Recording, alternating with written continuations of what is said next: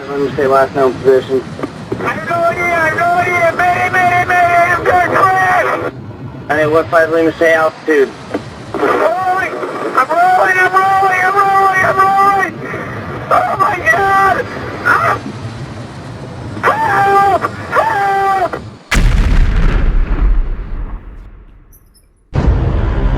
गुरुवार 12 जून दुपारी 1:39 एअर इंडियाच्या AI-171 बोईंग 787 ड्रीमलाइनर ह्या फ्लाईटने आपल्या स्वप्नांसोबत 242 प्रवाशांनी लंडनला जाण्यासाठी सरदार वल्लभभाई पटेल एअरपोर्ट अहमदाबादवरून टेक ऑफ केलं. त्यांच्या स्वप्नांचं टेक ऑफ कधीही लँड न होण्यासाठी झालं होतं. उड्डाण केल्यानंतर अवघ्या 30 सेकंडमध्ये विमान कोसळलं. ह्या अपघातात विमानातील 242 पैकी 230 हे प्रवासी, 12 क्रू मेंबर्स ह्यांच्यापैकी 241 जण मृत्युमुखी पडले. सुदैवाने एक ब्रिटिश प्रवासी 38 वर्षीय विश्वास कुमार रमेश हा बचावला गेला, जो की एमर्जन्सी एक्झिट रो 11A मध्ये बसला होता.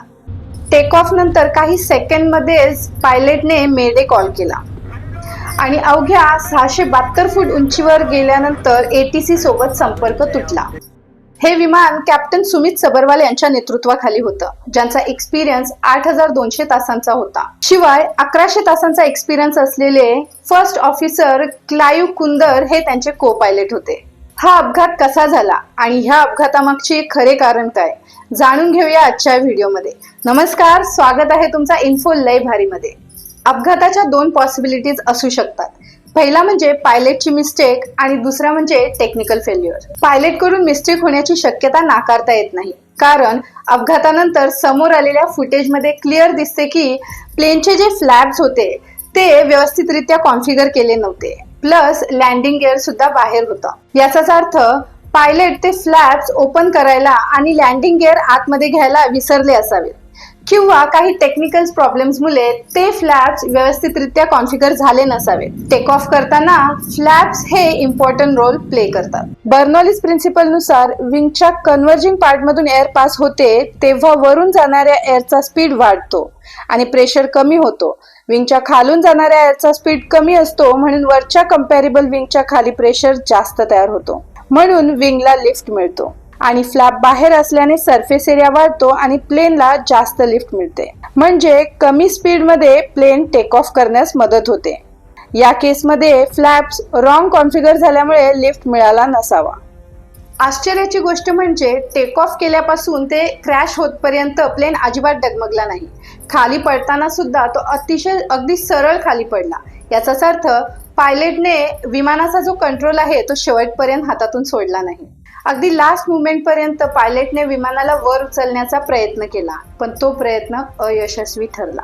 एअरक्राफ्ट एक्सपर्टचं असं पण म्हणणं आहे की जेट इंजिन फ्यूल कंटामिनेशन म्हणजेच इंधन दूषित झाला तर दोन्ही इंजिन फेल्युअर होण्याची शक्यता असते, किंवा बर्ड हिट झाल्याने देखील इंजिन खराब होऊ शकतो. पण व्हिडिओमध्ये कोणताही पक्षी दिसत नाहीये आणि इंजिनला आग लागल्याचे सुद्धा दिसत नाही. प्लेन मध्ये फ्यूल मॅक्सिमम कॅपॅसिटी एवढा होता, म्हणजे फ्यूलचं वेट देखील जास्त होतं. आपण सर्वांनी आणि जगातील प्रत्येक प्रमुख न्यूज नेटवर्कने पाहिलेला व्हिडिओ हा एका व्हिडिओचा व्हिडिओ होता आणि त्याची क्वालिटी अत्यंत खराब होती. घटनेचा ओरिजिनल व्हिडिओ जेव्हा आपल्या हाती आला तेव्हा बऱ्याच गोष्टी क्लिअर झाल्या, ज्यामुळे पायलटची कोणतीही मिस्टेक नाही हे क्लिअर झालं आणि तपासाचं लक्ष हे ह्युमन एरर पासून डिरेक्टली इंजिन बिघाडावरती वळलं. व्हिडिओमध्ये एक जोराचा आवाज ऐकू येत आहे. हा आवाज रॅट डिप्लॉय होण्याचा आवाज होता. रॅट म्हणजे रॅम एअर टर्बाइन, ज्याचा अनेक प्लेन्स मध्ये वापर केला जातो आणि बोईंग 787 मध्ये तो आहे. रॅट हा छोटा 2 ब्लेड प्रोपेलर आहे, जो विमानाच्या उजव्या बाजूला विंग्सच्या मागे आहे. त्याला आत धरून ठेवणारा एक छोटासा दरवाजा आहे आणि रॅम एअर टर्बाइन हा एक्स्ट्रीम इमर्जन्सी सिच्युएशन मध्ये प्लेनला इलेक्ट्रिकल पॉवर आणि हायड्रॉलिक प्रेशर प्रोव्हाइड करतो. जरी प्लेनचे दोन्ही इंजिन फेल झाले तरी देखील प्लेन रॅटच्या मदतीने इलेक्ट्रिकल ऑक्सिलरीज आणि हायड्रॉलिक सिस्टीम सुरू ठेवून प्लेन सेफली लँड करू शकतो. पण ह्या केसमध्ये फ्लाईट फक्त 672 फीट अल्टिट्यूड गाठू शकला, म्हणून रॅटचा काहीच उपयोग नव्हता.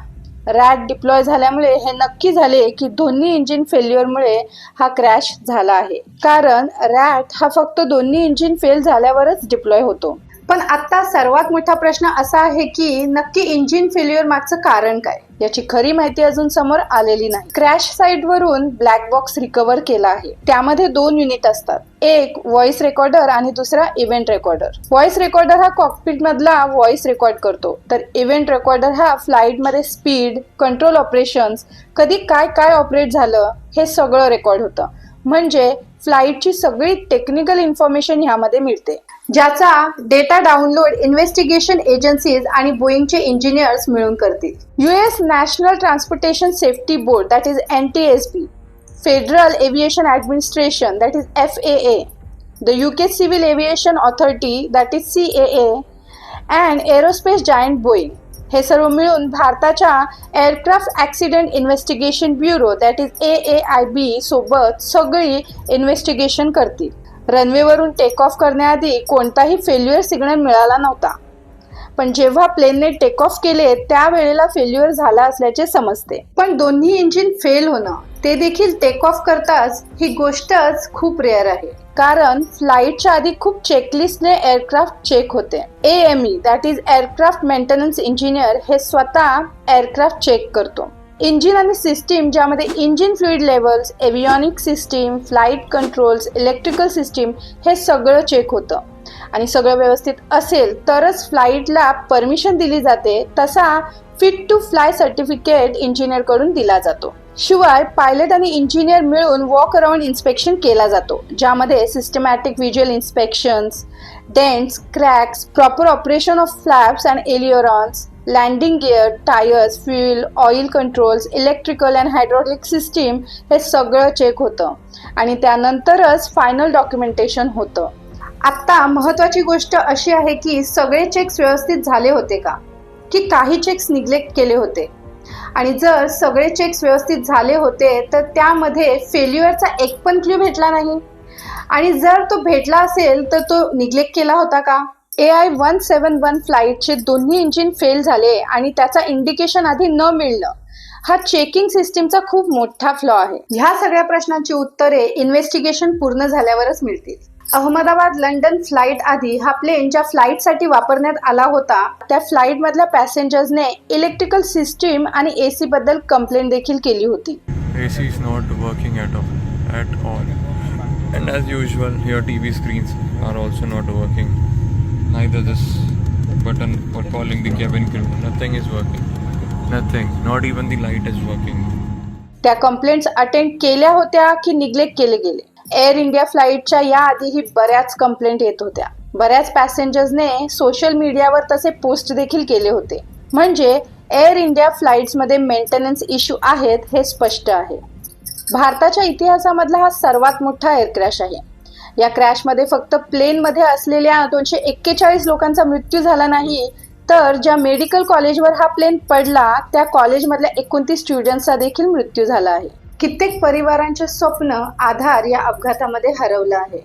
ह्या अपघातामध्ये झालेला नुकसान न भरून काढण्यासारखं आहे. टाटा ग्रुपने मरण पावलेल्या माणसांच्या परिवाराला 1 करोड मदत देण्याचे घोषित केले आहे. पण एअरलाइन्सला ह्या अपघातानंतर 1800 करोड एवढा इन्शुरन्स क्लेम मिळणार आहे. ह्यापुढे असे अपघात होणार नाहीत यासाठी एअरलाइन्सला स्ट्रिक्ट रूल्स आणि रेग्युलेशन लावणे गरजेचे आहे. सरकार यापुढे एअरलाइन्सवरती स्ट्रिक्ट रूल्स किंवा निर्बंध लावेल अशी आशा करते. ह्या अपघातामध्ये मरण पावलेल्या सर्वांनाच माझ्या आणि आमच्या टीमकडून भावपूर्ण श्रद्धांजली अर्पण करते.